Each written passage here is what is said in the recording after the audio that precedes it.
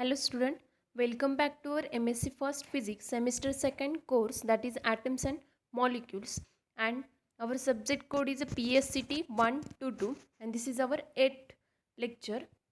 And in our previous videos or previous lecture we have studied the NMR spectrometer, that means how we get the spectra with the help of NMR spectrometer, and from that spectra we can study the different characteristics, that is a physical as well as the chemical properties of that sample. So the NMR spectroscopy gives the chemical structure of that species or different properties of that species as well as the physical property of that species. Now in this video we have to discuss about the very important topics which is in the NMR, that is the chemical shift in the NMR. In our previous video we have seen about the relaxation process, that is how we get the non-radiative transitions but with some phenomena, that is the relaxation process in the NMR. So all those things we have covered in our previous lecture. Now in this lecture we have to discuss about the chemical shift in the NMR, how we get the two peaks for the acetaldehyde sample in the NMR spectroscopy. So all those things we have to study in this lecture. So let's start. The electrons surrounding the nucleus of a molecule system shows a spherical distribution. We know that the sample consists of different molecules. Molecule consists of different atoms, and in the atom there is a electron, proton, and neutron. But here we are interested in electrons. So the electrons around the nucleus of a molecular system shows the spherical distribution. We know that the electrons revolve around the nucleus in a spherical shape or in a circular orbit. So this is the spherical distribution. The external magnetic field applied on a system creates a polarity in the electron distribution in the spherical structure. We know that if we place that molecule or a sample in an external magnetic field, then there is a generation of polarity. There is again at the one side there is a positive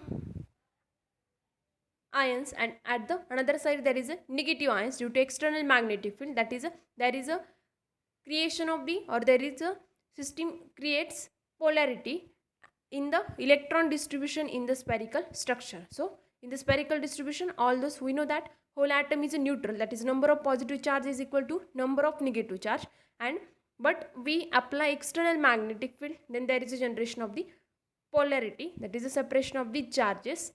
That is a current flows through the molecule. This current induces a magnetic field by induction where the core is located, and this field is called internal magnetic field, and which is shown in the figure 1, that is this figure.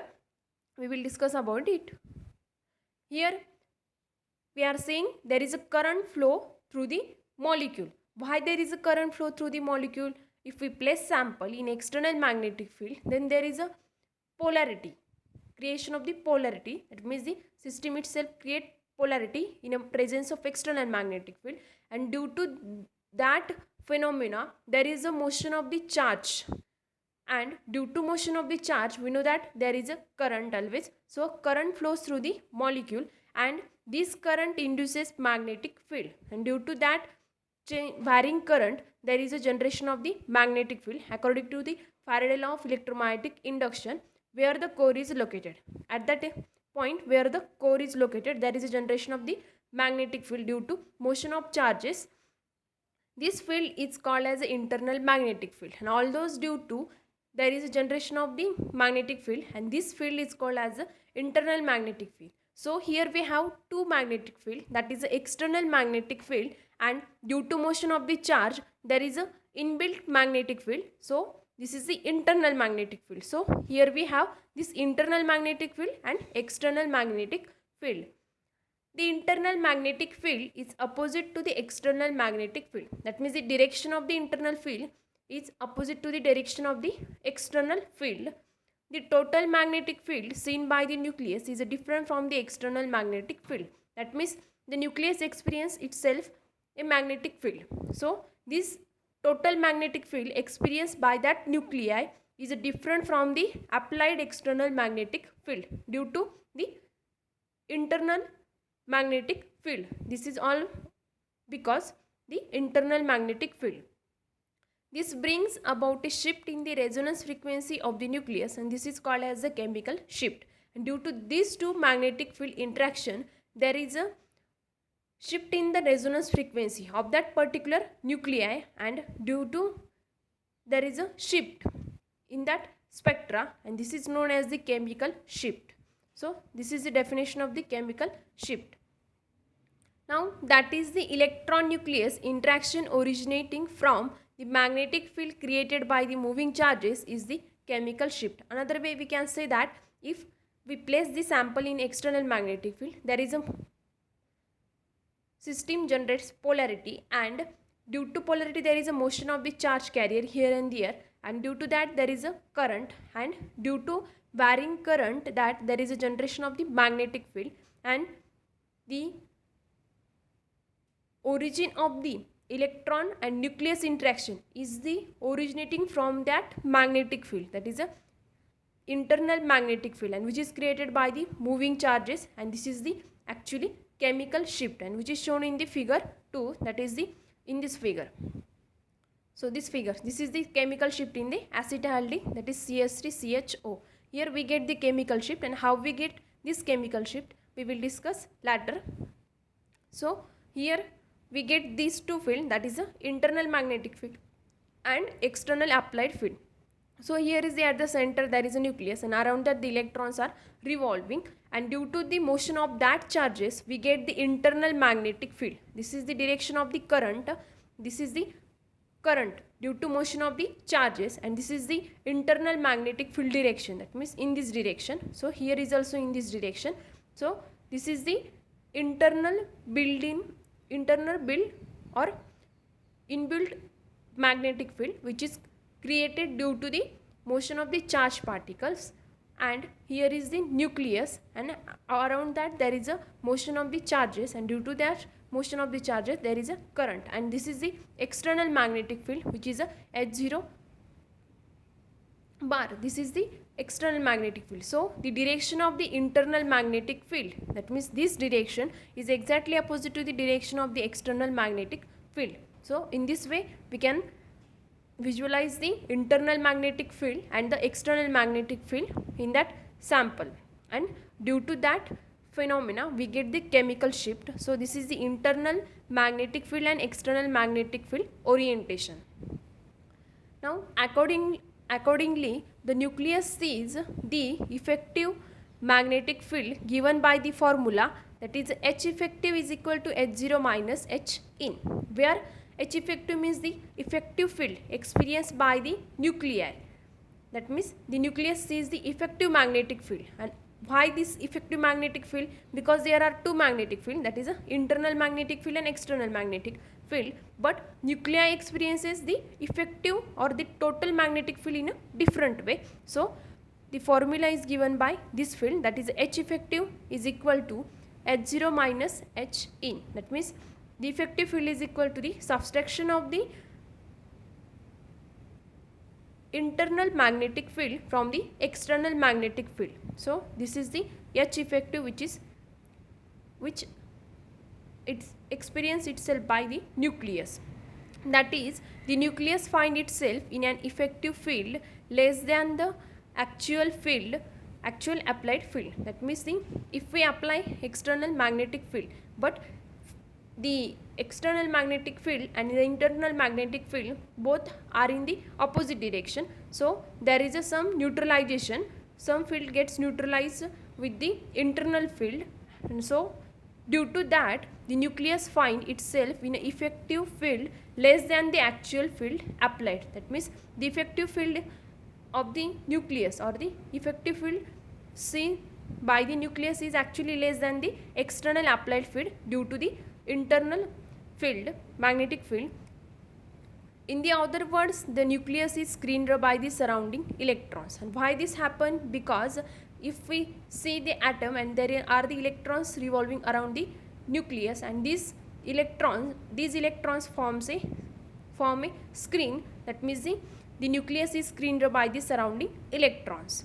The internal magnetic field is connected to the external magnetic field by the relation. That means there is a relation between the internal magnetic field and the inbuilt magnetic field, external magnetic field. So the relation is given by, that is H in is equal to sigma times H0. That means the internal magnetic field is equal to the sigma times the external magnetic field. But what is the sigma? Where sigma is a dimensionless constant and is called screening constant or a shielding parameter. That means the sigma is a parameter which defines the how the electrons screened by the how the nucleus screened by the electrons. So this parameter, with the help of this parameter, we can decide the screening of the electrons around the nucleus. So this parameter is called as a screening constant and or shielding parameter, and the value of sigma is nearly about 10 to the power minus 5. Actually it is a dimensionless quantity and is in the order of 10 to the power minus 5. Depends on the density around the proton. That means how much density around the proton, on that the factor, that is the sigma, is depend. So this is the relation between the internal magnetic field and the external magnetic field. Now for the chemical shift, we can understand the what is the chemical shift and how it takes place in the NMR with the help of a particular example, that is the spectrum of the acetaldehyde, that is the CH3CHO. So let's see the spectrum of acetaldehyde, that is the CH3CHO, shown two lines with the intensity ratio in 1:3 in figure 2. That means in this figure, here we have the chemical shift in the acetaldehyde and here we get these two peaks. So these two peaks, and this is the peak for the standard sample, and the standard sample for the NMR is a TMS. We will discuss about it later in our, that is in our next slide. So here is the acetaldehyde and we get the two peaks for the two different protons in the acetaldehyde, and this acetaldehyde shows the two peaks, that is two lines with the intensity ratio 1:3. That means if we consider the intensity along the y-axis and along the x-axis we consider the magnetic field. So here one peak is for the CHO group and the another is for the CH3 group. But if we consider the intensity of this peak is the 3 times the intensity of, if we consider the intensity of this peak, this is the 3 times the intensity of this peak. That means this is the these two peaks are in a 1:3 intensity ratio. Suppose we consider the intensity of this peak is a, then the intensity of this peak is 3a, that is the ratio is 1:3. So in this way we can relate these two peak intensity. The acetaldehyde has two types of proton, that is a CHO and CH3 protons. That means in acetaldehyde we consider two different protons. First one is the CHO and the second one is the CH3. The three protons in the CH3 are equivalent. That means due to hydrogen atom there are 3 protons and these 3 protons are equivalent. Since the oxygen atom is more electronegative, the electron density around the proton is in a CHO is less than that of around the CH3 protons. That means if we consider these two protons, that is a CHO proton and CH3 proton, in a CHO proton the most electronegative or the more electronegative element is the oxygen, and due to that electronegative element the electron density around the CHO proton is less as compared to in the CH3 proton, because in CH3 proton there is no electronegative atom which is a more electronegative than the oxygen. So the obviously the density around the proton in a CHO is less as compared to the CH3 proton. Therefore this screening is more for the methyl protons.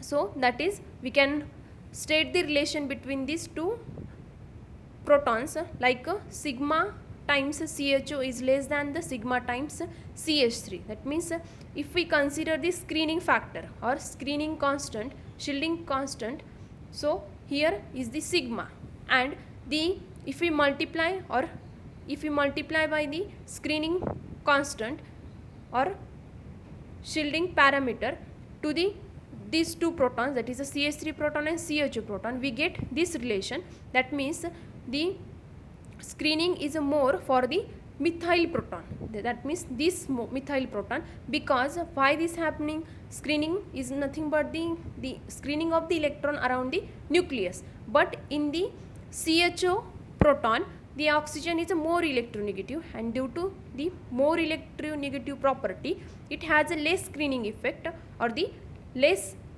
electron density around it. So obviously the screening is also less for the CHO proton as compared to the CH3 proton. So here therefore the screening is more for the methyl proton. So we can state this relation. For a given external field, that is H0, H effective for a CHO proton will be greater than that of CH3. Now how the external magnetic field and the effective magnetic field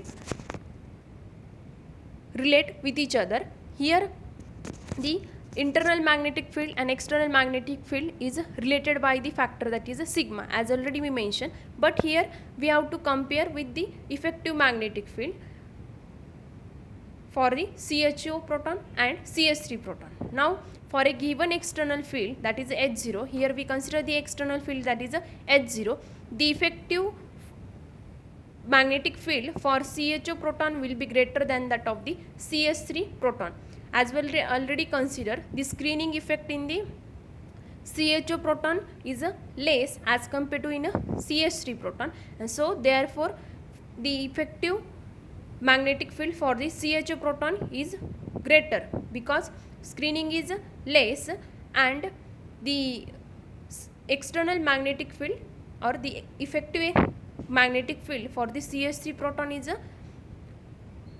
less because there is a more screening. So there is a directly relation between the screening and the effective magnetic field. If screening is more, then the magnetic field is less, H effective magnetic field is less, and if the screening is less, then the effective magnetic field will be greater. So this is the relation between these two quantities. Consequently, to bring the CHO proton into resonance at a fixed frequency, lesser magnetic field is sufficient. Now here first, as already we mentioned in our previous video, that is in a NMR spectrometer video, if we have or if we kept frequency is a constant, then at a particular value, then we can vary the magnetic field, or we can go in a reverse way. That is, if we kept magnetic field is fixed, then we can vary the frequency. First we consider about the fixed frequency case or the constant frequency case. If we consider the phenomena at a fixed frequency, then we can vary the magnetic field. So consequently, to bring the CHO proton into resonance, now here the resonance in NMR and ESR, the resonance is very important condition. So if we want to bring the CHO proton into resonance but at a particular frequency, that is at a fixed frequency, then we require a less magnetic field, or less magnetic field is sufficient. Because why? Because of the CHO proton has less screening effect as compared to the CH3 proton, and obviously it required the less magnetic field. As a result of NMR spectrum of acetaldehyde shows two peaks, the CHO resonance occurring at a lower magnetic field. As already we mentioned, the CHO proton consists of the oxygen, and oxygen is a more electronegative element, and due to that the density around the electron density around the CHO proton is less as compared to the CH3 proton. That is, the screening is more, and due to screening is more, the effective magnetic field is less. So obviously the CHO resonance occurring at the lower magnetic field. Now if we go in a reverse way, then what will happen? That means if we put magnetic field is a constant, or if we kept the magnetic field is a constant and we can vary the frequency, then we get the opposite case. So first of all, we will discuss about this spectra. Suppose if we take along the along the x-axis, that means along this direction. If we take magnetic field, that is external magnetic field, which is denoted by H0, and along y-axis we can take intensity capital I. So here is the graph, and this is the chemical shift in the acetaldehyde. So here we get these two peaks, that is this peak and this peak, and this peak is for the standard sample, that is a TMS, tetramethylsilane. This is the standard sample for which the chemical shift is a 0, and all the sample spectra we can compare with the standard sample spectra, that is with the TMS spectra, and here we get according to that two peaks in the acetaldehyde. First peak for the CHO group or CHO proton, and second peak for the CH3 proton. So here we consider the along x-axis there is a external magnetic field, and here is the intensity. So here the CHO proton having peak at the lower magnetic field, that means the CHO proton has more electrons density around the nucleus or around that proton. So due to more electron density there is a less effective magnetic field. So at the less magnetic field we get the peak of the CHO proton, and at the high magnetic field as compared to this we get here the peak for the CH3 proton. So there is a shift in the position of this peak. So this is the chemical shift, that means all those happens due to chemical shift. And why the chemical shift is happening, because there is our two types of the field, that is the external magnetic field and internal magnetic field, and due to that the nucleus experience the different effective field as compared to the external applied magnetic field. And so due to that phenomena the resonance frequency for the nuclei is different from the frequency of the sample. So here we get the chemical shift. So this is the chemical shift in the acetaldehyde. So with the help of this acetaldehyde example we can able to explain the chemical shift in the NMR spectroscopy. Now we can now view the situation in a different angle, like if we put or if we kept the frequency, the magnetic field is a constant and we can vary frequency, then what will happen? So when the applied field is kept constant, that means at the applied at a fixed field, that is H0, the CHO proton finds itself in a greater H effective than the CH3 proton. That means the situation will get reverse. If we kept the external magnetic field 0, then what will happen for the frequency of that particular protons? Then the CHO proton find itself in a greater H effective. That means the process or the property get reverse. That is for the CHO proton the effective magnetic field is larger as compared to the CH3 proton, and in previous case the effective magnetic field for the CHO proton will be CHO proton is less and for the CH3 is greater. So if we change the condition, then we get the difference in the H effective field for the CHO proton and for the CH3 proton. Therefore a higher frequency is required to bring the CHO proton into the resonance. That means in NMR the resonance condition is very important, and to bring the CHO proton into the resonance we require higher frequency. Due to higher magnetic field we require the higher frequency. So this is the relation between the frequency and magnetic field here for the CHO proton.